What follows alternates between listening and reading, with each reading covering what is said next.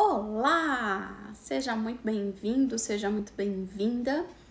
Eu sou Karina Nunes e eu ajudo líderes a desenvolverem a sua equipe com felicidade para gerar muito mais resultados, porque é comprovado que pessoas felizes se engajam mais, pessoas felizes geram mais resultado.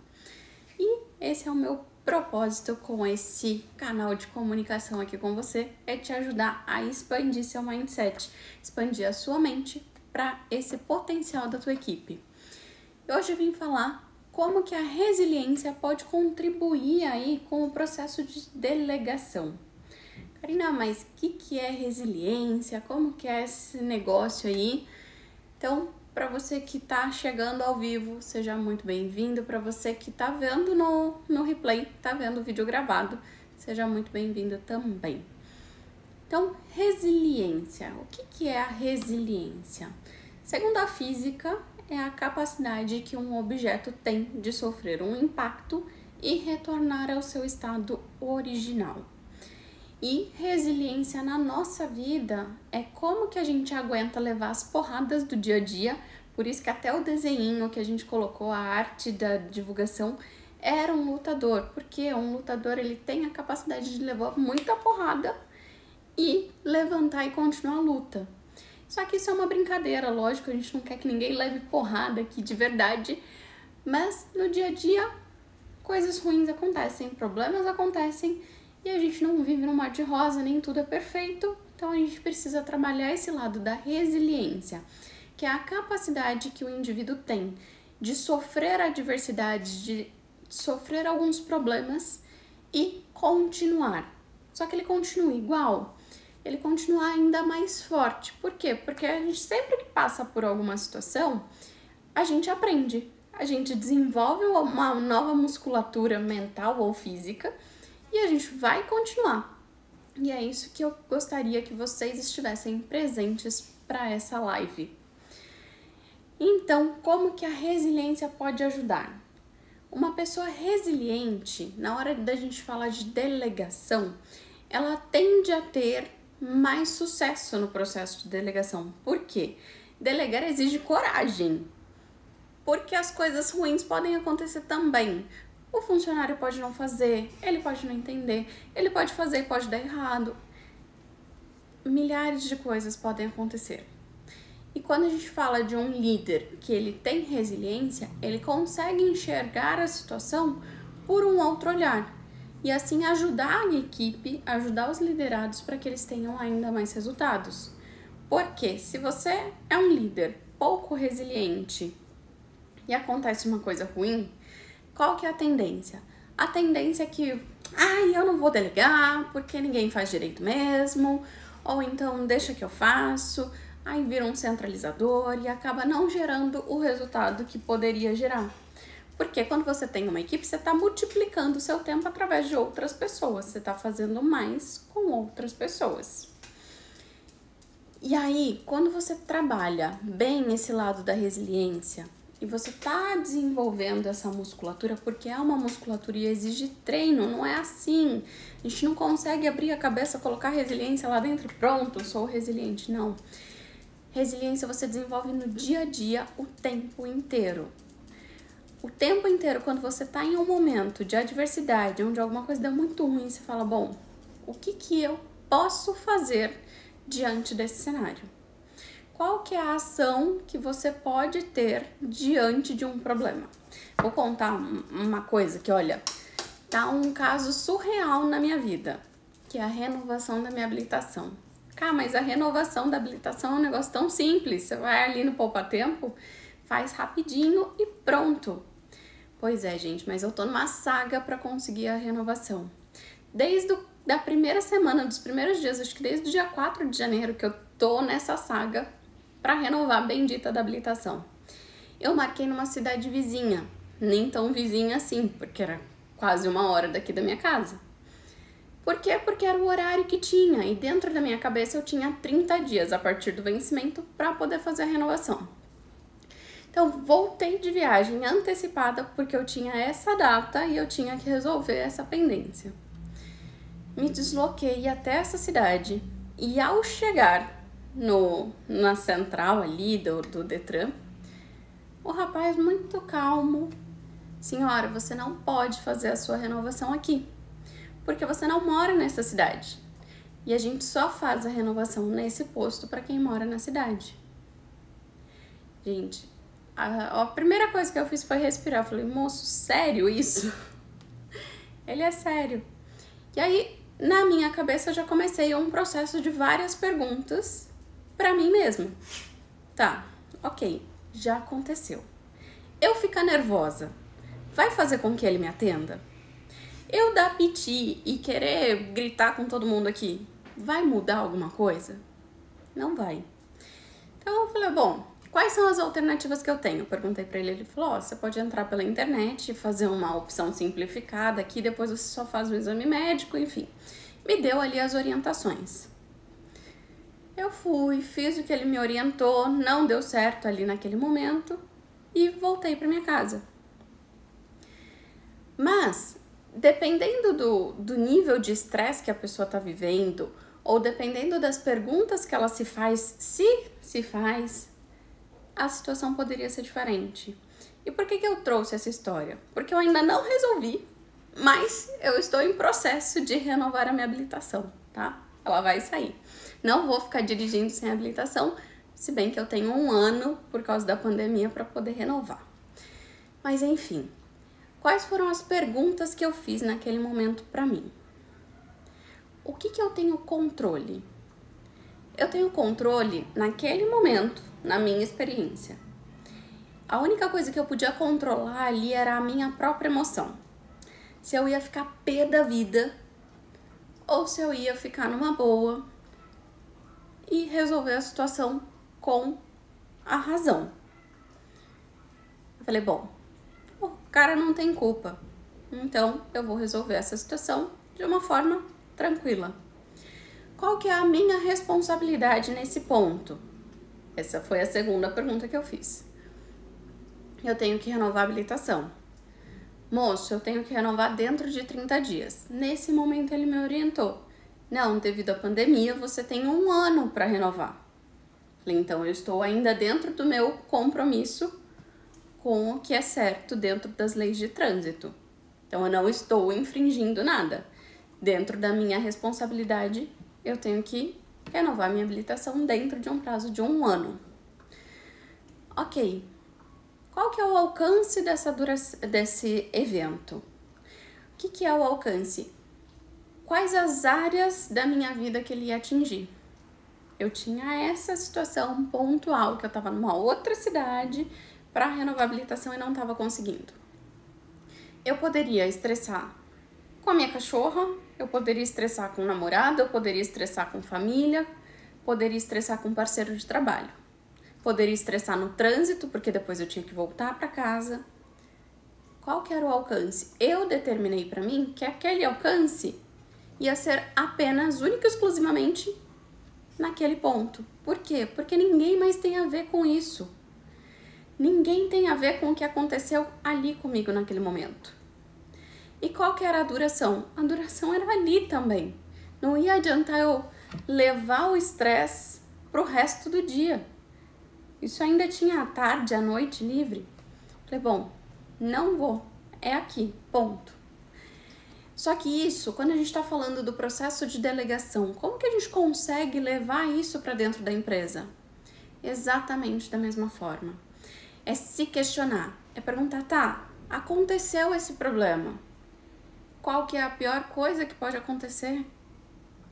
Ah, a pior coisa é a gente atrasar com o cliente. Ok, já entendemos a situação. Houve um atraso no processo de produção. Podemos atrasar com o cliente. O que eu posso controlar? Ah, eu posso controlar se eu vou instruir o meu pessoal da produção para poder agilizar o processo. Se faltou peça, qual que é o meu controle? Eu posso ir num outro fornecedor e retirar a peça? O que eu posso fazer? Esse é o primeiro ponto. Segundo ponto, qual que é a tua responsabilidade diante desse problema? A tua responsabilidade diante desse problema é avisar o cliente se realmente for atrasar, para que ele possa se programar. A sua responsabilidade é acalmar os ânimos da equipe, porque se todo mundo ficar pilhado, ninguém faz nada. Vai dar um bloqueio na mente de todo mundo. E isso realmente acontece. É cientificamente comprovado que existe um sequestro da amígdala. E um outro dia a gente fala do sequestro da amígdala. Mas quando a gente percebe que está perdendo o controle, precisa respirar, precisa tomar uma água, precisa contar até 10. Por quê? Porque é o tempo que o cérebro, a mente, ela tem para reorganizar as ideias ali e fazer o negócio acontecer direito. Então, é a tua responsabilidade. O alcance, a mesma coisa. De que forma que a gente vai deixar isso limitado às áreas que lhe cabem, porque não adianta a gente sair gritando e estressando com todo mundo. E a duração, quanto tempo que a gente precisa para agilizar esse processo, para fazer com que as coisas aconteçam. Vocês percebem como o comportamento não escolhe hora? Da mesma forma que a gente tem um padrão de comportamento acontecendo na vida pessoal, esse padrão de comportamento ele também acontece na vida pessoal. Por isso que eu falo que resiliência é um treino. Liderança são as conversas, mas também é um treino. Você se treina o tempo inteiro. Às vezes eu até brinco que eu uso meu corpo de laboratório. Por quê? Porque eu testo tudo que eu vou aplicar com os meus clientes, eu testo comigo. Eu testo o quanto que eu vou aguentar. Para quê? Para eu sentir qual que vai ser a dor do outro. Então, você como líder, passa a se olhar também como um laboratório. Passa a se colocar em situações que exijam a tua resiliência para ver como que você vai se desenvolver aí, como que você vai se permitir viver um momento de adversidade. Inclusive existem treinos, existe uma série de coisas.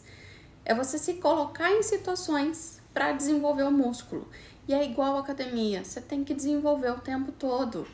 Porque se você desenvolve e para, o músculo ele tende a ficar mais fraquinho.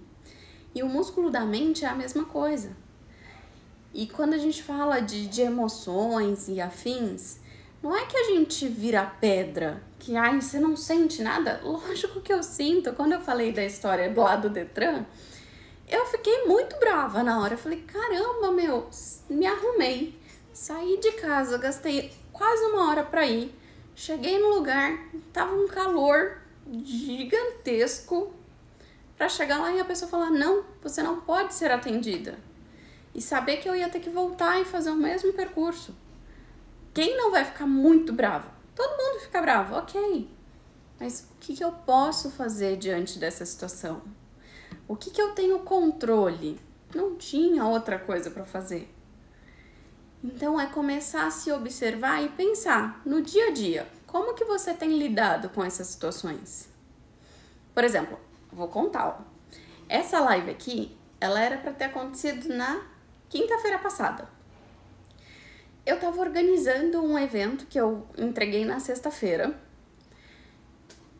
E aconteceu que a pessoa que ia publicar a arte acabou se equivocando e programou a publicação para sexta-feira.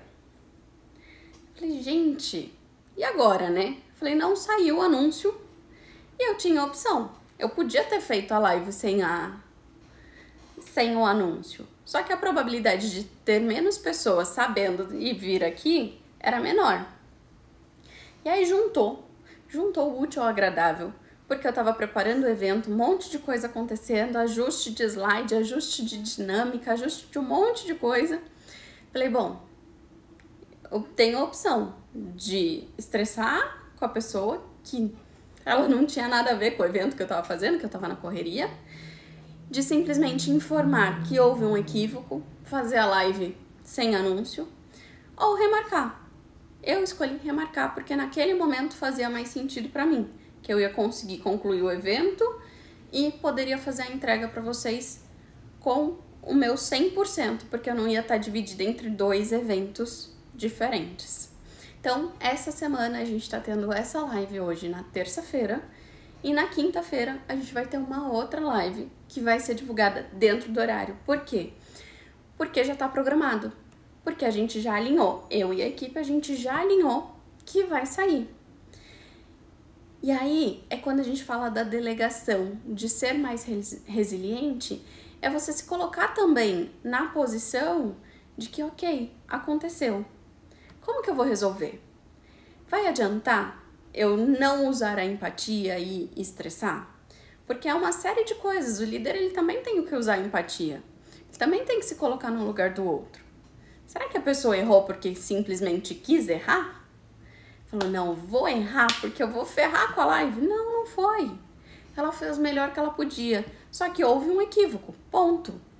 E aí, quando a gente para e começa a observar dessa forma, até a forma como a gente vai pensar sobre o outro é diferente. Você não vai pensar que o funcionário, ele cometeu aquele erro porque ele queria prejudicar o processo. Não, você vai buscar entender que ele errou porque aconteceu algo que fez ele errar. E aí juntos vocês vão pensar o que vai ser feito, qual que é a responsabilidade de cada um para poder reorganizar o processo e tudo funcionar. Eu espero que tenha feito sentido para vocês. Se alguém tiver alguma pergunta, fique à vontade para fazer e a gente conversa.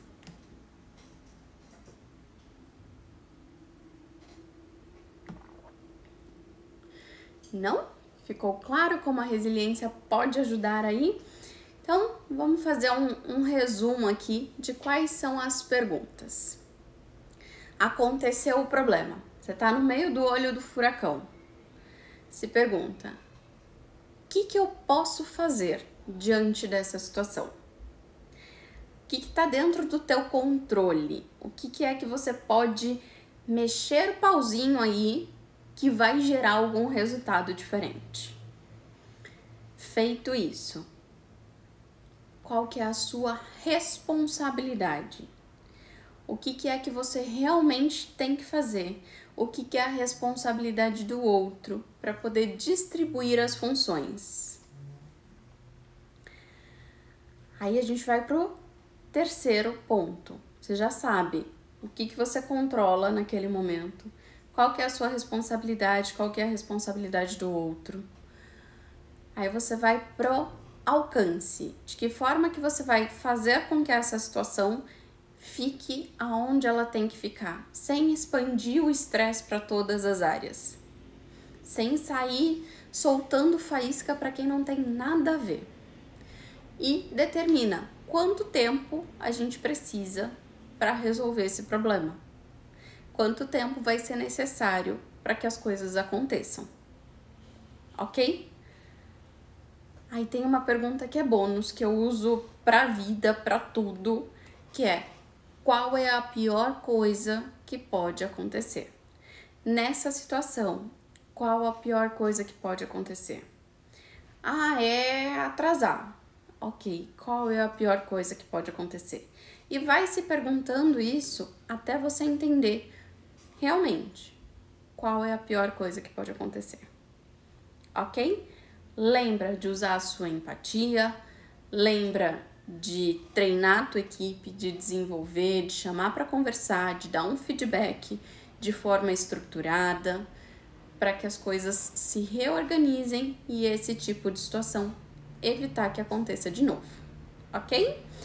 Agora deixa eu ver uma pergunta que tem aqui, do Rodrigo. E quando a equipe não abraça o novo colaborador? Bom, tem uma série de coisas aí. A gente tem que olhar como que esse colaborador foi apresentado para o time. Porque ele pode ter sido apresentado de uma forma onde gera na equipe uma sensação de essa pessoa ela veio aí para bagunçar o time.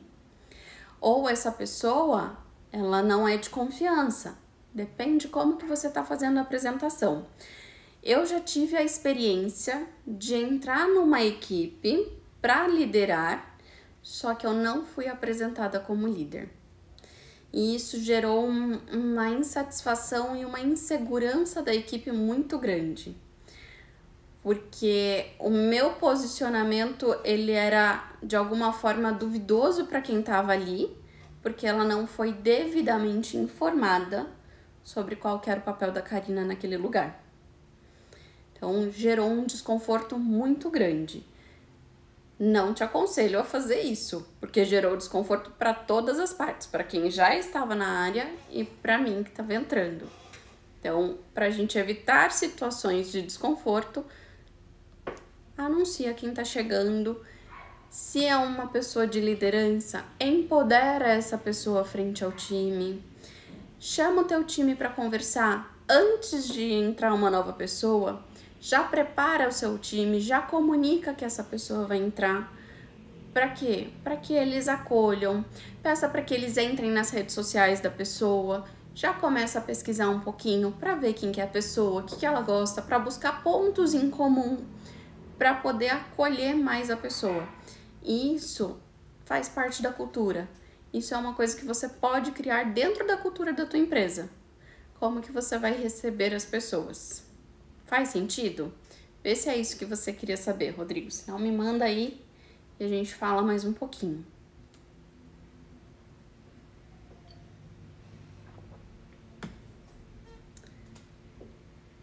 Bom, eu imagino que é isso. Rodrigo não se manifestou. E sobre resiliência que eu tinha aqui no nosso bate-papo rapidinho de hoje, era isso. Se você quiser depois, faz o teste, vai lá, começa a usar essas perguntas, depois me manda um direct, me conta como que tem sido a experiência, se você está se percebendo mais calmo, mais tranquilo para processar as informações. Não é calmo de aceitar tudo, é calmo ao ponto de você conseguir refletir a situação e tomar uma melhor decisão. É calmo a ponto de você não sair explodindo e gritando com quem não tem nada a ver. É o ponto exato para que você consiga ter o seu raciocínio livre para processar o que tiver que ser processado. Tá bom? Combinado? Então, muito obrigada para você que assistiu até o final. Fica aí comigo na quinta-feira, a gente tem um novo tema e bora lá. Tamo junto. Um grande beijo, fiquem com Deus.